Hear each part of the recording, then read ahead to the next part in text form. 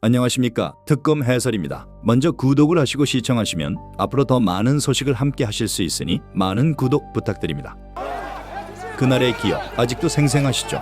작년 12월 대한민국 민주주의가 절체절명의 위기에 놓였던 그 밤, 우리 모두는 숨막혔던 그 순간을 결코 잊을 수 없습니다. 오늘은 바로 그 어둠을 뚫고 헌정 질서를 지켜낸 우원식 국회의장과 함께 그날에 알려지지 않은 이야기와 앞으로 우리가 가야 할 길에 대해 한번 깊이 파고들어 보겠습니다. 위기의 밤, 국회를 지켜낸 사람들. 작년 12월 3일 밤 10시 30분 비상계엄 선포라는 충격적인 소식. 우원식 의장은 국회 담을 넘어서라도 들어가야 했습니다. 그리고 단 2시간 31분 만에 대한민국 헌정사를 새로 쓴 계엄 해제 결의안을 통과시켰죠. 이 과정에서 드러난 충격적인 사실 하나. 평생을 법과 함께 했다는 검찰 출신 대통령이 국회의장의 직권상정 권한조차 몰랐다는 헛똑이었다는 겁니다. 이게 과연 한 나라의 대통령이 가질 수 있는 법인식 수준인지 묻지 않을 수 없습니다. 더욱 기가 막힌 것은 당시 여당 원내대표의 행적입니다. 우 의장과의 통화에선 문이 막혀 못 들어간다 해놓고 사실은 이미 원내대표실에 있었다는 의혹. 단순한 해프닝이었을까요? 아니면 헌정 유린 사태를 의도적으로 방조하거나 방해하려 했던 걸까요? 물론 이 모든 것은 의장 혼자만의 힘으로 이뤄낸 것이 아닙니다. 김민기 사무총장, 국회법에 살아있는 역사라 불리는 정명호 의사국장, 송서영 경비과장, 이름도 없이 빚도 없이 민주주의를 위해 목숨을 걸었던 수많은 국회 직원들이 있었습니다. 20만 발의 총탄을 실은 계엄군이 국회로 향하던 그 순간 헬기 착륙을 막기 위해 자신의 차를 몰고 잔디밭으로 돌진했던 국회 직원들의 모습은 한편의 영화보다 더 영화 같았습니다. 우 의장은 이들을 자신의 생명의 은인이자 민주주의를 지켜낸 진정한 영웅으로 기억하고 있습니다. 윤석열 정부와의 불편한 관계, 그리고 비상계엄의 징후들. 비상계엄은 결코 우연이 아니었을지도 모릅니다. 우원식 의장의 증언에 따르면 윤석열 전 대통령의 국회 무시는 취임 초부터 노골적으로 이어져 왔습니다. 국회의장 취임 축하 전화 한 통 없었고 현충일 행사에서는 마주쳐도 모른 척하기 일쑤였다고 하죠. 심지어 국회의장 생일에 국회의원님이라 칭하는 문자를 보냈다는 대목에선 실소를 금할 수가 없습니다. 국회 개원을 미루고 시정연설에 불참하는 등 일련의 국회 패싱 행보. 이 모든 것이 어쩌면 비상계엄을 위한 치밀한 사전 작업은 아니었을까요? 우 의장 스스로도 저 사람이 날 보면 조금 있다 잡아들일 놈이라고 생각했겠구나라고 느꼈을 정도였다니. 그 살벌했던 분위기가 짐작이 갑니다. 비상계엄 해제, 그 치열했던 과정. 비상계엄 선포 소식을 듣는 순간 우 의장의 머릿속에는 1980년 광주의 비극이 스쳐 지나갔다고 합니다. 즉각적인 대응이 필요했죠. 다행히 국회에는 계엄 해제권이 있었고 계엄이 선포되면 지체 없이 국회에 통보해야 한다는 조항도 미리 확인해둔 상태였습니다. 하지만 예상대로 통보는 오지 않았고 국회는 전례 없는 상황 속에서 해제 결의안 절차를 스스로 만들어 가야만 했습니다. 이때 한 줄기 빛이 되어준 것이 바로 1964년 6.3 사태 당시의 기록이었습니다. 정명호 국장이 찾아낸 이 선례는 해제 결의안 통과의 결정적인 열쇠가 되었죠. 우 의장은 기자회견으로 국민을 안심시키는 동시에 본회의장으로 의원들을 불러 모으고 군경에게는 동의하지 말 것을 촉구했습니다. 자신의 위치를 숨기기 위해 5층 전문위원실로 몸을 피했고 경호대장은 서울의 봄을 떠올리며 비장하게 문을 지켰습니다. 심지어 국회 모든 방에 불을 켜서 마치 모두가 일하는 것처럼 보이게 하는 기지도 발휘했죠. 이 과정에서 직원들은 손톱이 갈라져라 뛰어다녔다고 합니다. 가장 긴박했던 순간은 계엄군이 유리창을 깨고 본청으로 진입했을 때였습니다.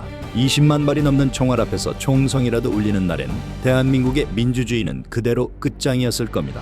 하지만 우 의장은 이런 급박한 상황일수록 절차적 정당성이 중요하다고 판단했습니다. 법을 무기로 삼는 검찰 출신 대통령이 어떻게든 법적 흠결을 트집잡아 반격해올 것을 예상했기 때문입니다. 천만다행으로 계엄군들은 예상만큼 거세게 밀고 들어오지 못했습니다. 우 의장의 회상에 따르면 젊은 계엄군 중 일부는 오히려 민주주의 교육을 받은 세대였기에 국민들에게 사과하며 물러서는 모습까지 보였다고 합니다. 해제 후에도 이어진 긴장과 대비. 새벽 1시 1분 마침내 비상계엄 해제 결의안이 가결됐지만 진짜 위기는 이제부터였습니다. 대통령의 공식적인 해제 선포가 없었기 때문이죠. 새벽 4시 반이 넘어서야 국무총리와의 통화로 해제 사실을 겨우 확인했습니다. 우 의장은 만일의 사태에 대비해 본회의를 산회가 아닌 정회하는 치밀함까지 보였습니다. 산회를 하면 그날 회의를 다시 열 수 없지만 정회는 언제든 속개가 가능하기 때문이죠. 제2의 비상계엄이라는 최악의 시나리오까지 대비해야 했습니다. 국회 잔디밭은 헬기 착륙을 막기 위한 차량들로 가득 메워졌고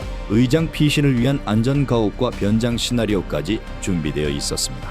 이 모든 계획의 중심에는 조호섭 비서실장을 비롯한 참모진들의 헌신이 있었습니다. 민주주의를 단단히 할 개헌과 국민축제, 이제 우원식 의장은 더 단단한 민주주의와 국민의 삶을 위한 제도 개선, 바로 개헌을 이야기하고 있습니다. 현 이재명 대통령과도 깊은 공감대를 형성했으며 38년간 멈춰있던 개헌의 시계를 다시 움직이겠다는 강한 의지를 보이고 있죠. 개헌의 목표는 명확합니다. 바로 두 가지입니다. 첫째, 이번 사태로 드러난 헌법의 구멍을 메워 민주주의를 완성하는 것. 계엄 요건을 강화하고 국회의 감사원 통제권을 명시하며 대통령 4년 중임제 논의와 함께 5.18 정신을 헌법에 새기는 일입니다.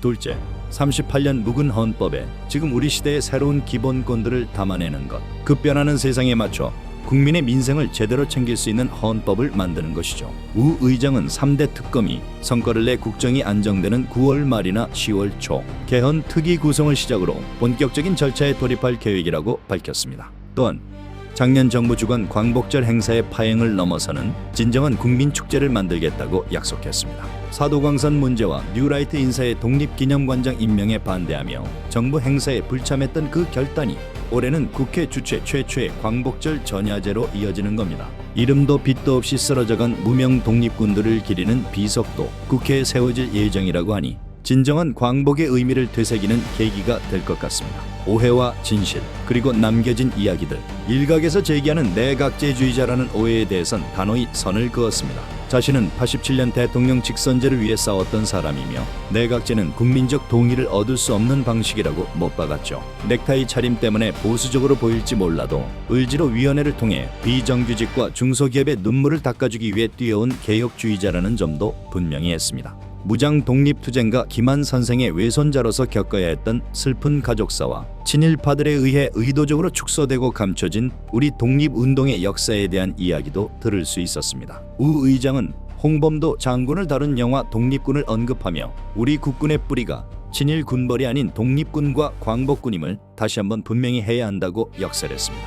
사랑하는 특검 해설 시청자 여러분, 민주주의는 결코 공짜가 아닙니다. 피와 땀으로 쌓아올린 민주주의의 성벽이 한순간에 무너져 내릴 뻔했던 아찔한 순간이었습니다. 그날 밤 민주주의를 지키기 위해 모든 것을 걸었던 사람들과 그 치열했던 기록을 우리는 반드시 기억해야 합니다. 차가운 국회담을 넘고 총구 앞에서 당당히 맞섰던 이름 모를 영웅들의 용기 또한 가슴 깊이 새겨야 할 것입니다. 비상계엄은 막아냈지만 민주주의를 향한 위협이 완전히 끝났다고 말할 수는 없습니다. 그렇게 이 땅의 민주주의를 더욱 굳건히 하고 국민의 삶을 더 나은 방향으로 이끌기 위한 우원식 의장의 노력, 그리고 앞으로 이어질 개헌 논의에도 우리 모두가 주인의식을 갖고 지켜봐야 합니다. 깨어있는 시민의 눈으로 권력을 감시하고 행동하는 양심으로 우리의 미래를 만들어 나가는 것, 그것이야말로 제2의 비상계엄을 막는 가장 확실한 방법일 겁니다. 저희 특검 해설은 앞으로도 그 길에 여러분과 늘 함께하겠습니다. 또한 저희 특검 해설도 구독과 좋아요가